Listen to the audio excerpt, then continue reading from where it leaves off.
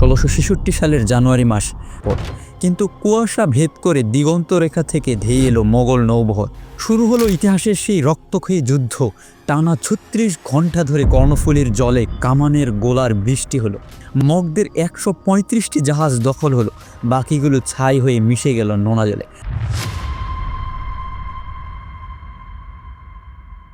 বলছিলাম ১৬৬৪ সালের কথা। বাংলার দক্ষিণ উপকূল তখন কোনো মানচিত্রের অংশ নয়, ছিল একটি সাক্ষাৎ মৃত্যুকূপ। মেঘনায় মোহনায় ভুলুয়া নামের ছোট্ট গ্রামটি আজ নিঃশ্বাস নিতেও ভুলে গেছে। অমাবস্যার নিকুশ কালো রাত, কিন্তু কোনো ঘরে কোনো প্রদীপ নেই। কেন? কারণ প্রদীপের আলো মানেই যমদূতকে নিমন্ত্রণ জানানো। মায়েরা শিশুদের মুখ চেপে ধরে আছেন, কান্নার আওয়াজ বেরোলে মৃত্যু নিশ্চিত। অন্ধকারের বুক চিরে শোনা যাচ্ছে ছপ ছপ শব্দ। মগদের জেল বা নৌকাগুলো এগিয়ে আসছে, সঙ্গে আছে পর্তুগিজ হারমাদরা। এরা লুণ্ঠন করতে আসে না, এরা আসে মানুষ শিকার করতে। হাতের তালু ফুটো করে সরু ব্যাধ ঢুকিয়ে বেঁধে রাখা সেই বন্দীদের আর্তনাদে তখন বাংলার আকাশ বাতাস ভারী। বাংলার মানচিত্র থেকে তখন একের পর এক জনপদ মুছে যাচ্ছে। এর নামই ছিল মগের মুল্লুক। বাংলাতে সে সময় মোগলদের শাসন চলছিল। দিল্লির মোগল সুবাদাররা আসতেন আর যেতেন। ডাঙ্গায় তাদের দাপট থাকলেও সমুদ্রের নোনা জলে তারা ছিলেন অসহায়। ঠিক এই চরম অরাজকতার মধ্যে ১৬৬৩ সালে বাংলার মসনদে বসলেন এক বৃদ্ধ। বয়স তার ৬৩ বছর। নাম শায়েস্তা খান। সবাই তাচ্ছিল্য করে ভেবেছিল এই বয়সে তিনি আর কি করবেন, হয়তো কদিন পর তিনিও হাল ছেড়ে দিবেন। কিন্তু তারা জানতো না, এই বৃদ্ধের ধমনীতে বয়ে চলছে অভিজ্ঞতার আগুন। তিনি বুঝেছিলেন মগদের দমাতে হলে শুধু অস্ত্র নয়, দরকার একটি শক্তিশালী নৌবাহিনী আর সুনিপুণ মনস্তাত্ত্বিক ঢাল। শায়েস্তা খান বাংলাতে এসেই এক অদ্ভুত ফরমান জারি করলেন। সকলকে বলে দিলেন, নৌকা বানাও। পুরা ঢাকা শহর রাতারাতি এক বিশাল জাহাজ তৈরির কারখানায় পরিণত হলো।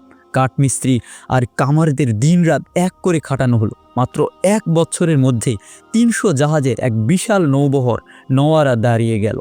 কিন্তু শায়েস্তা খান ছিলেন জাদুকরী একজন মানুষ। তিনি জানতেন মগদের আসল শক্তি আসলে তাদের পর্তুগিজ দোসররা। এই জন্য তিনি সর্বপ্রথম পর্তুগিজ দলনেতাকে এক গোপন বার্তা পাঠালেন।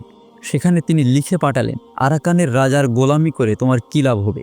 আমার সাথে এসো, সম্মান আর সম্পদ দুটোই তোমাকে দিয়ে দিব। একদিকে সম্পদের লোভ, অন্যদিকে মোগল শক্তির ভয়। এই দুই ভয়কে ভেবে পর্তুগিজরা মগদের পক্ষ ত্যাগ করল। যুদ্ধের আগেই আরাকানের রাজার ডান হাত ভেঙে দিলেন শায়েস্তা খান। অবশেষে যুদ্ধের দামামা বেজে উঠল। ১৬৬৬ সালের জানুয়ারি মাস।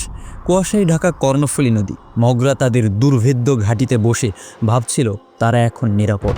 কিন্তু কুয়াশা ভেদ করে দিগন্ত রেখা থেকে ধেয়ে এলো মোগল নৌবহর। ইবনে হোসেনের নেতৃত্বে নওয়ারা আর ডাঙাপথে সুবাদারের ছেলে বুজুর্গ ওমেদ খান। শুরু হলো ইতিহাসের সেই রক্তক্ষয়ী যুদ্ধ। টানা ৩৬ ঘন্টা ধরে কর্ণফুলীর জলে কামানের গোলার বৃষ্টি হলো। মগদের অজেয় সব নৌকাগুলো খড়কুটোর মতো জ্বলে উঠল। নদীর পানি মানুষের রক্তে রঞ্জিত হয়ে গেল। মগদের ১৩৫টি জাহাজ দখল হলো, বাকিগুলো ছাই হয়ে মিশে গেল নোনা জলে। মগরা পালালো, বাংলার বুক থেকে চিরতরে মুছে গেল এক দুঃস্বপ্ন। উদ্ধার হলো হাজার হাজার বন্দি বাঙালি। দীর্ঘদিন পর চট্টগ্রামের মাটিতে ঝরল আনন্দ অশ্রু। শায়েস্তা খান চট্টগ্রাম জয় করে সর্বপ্রথম নাম দিলেন ইসলামাবাদ। আজ আমরা শায়েস্তা খানকে মনে রাখি সস্তা চালের জন্য, কিন্তু তার আসল অবদান ১ টাকায় ৮ মণ চাল নয়। তার আসল অবদান এই মাটি।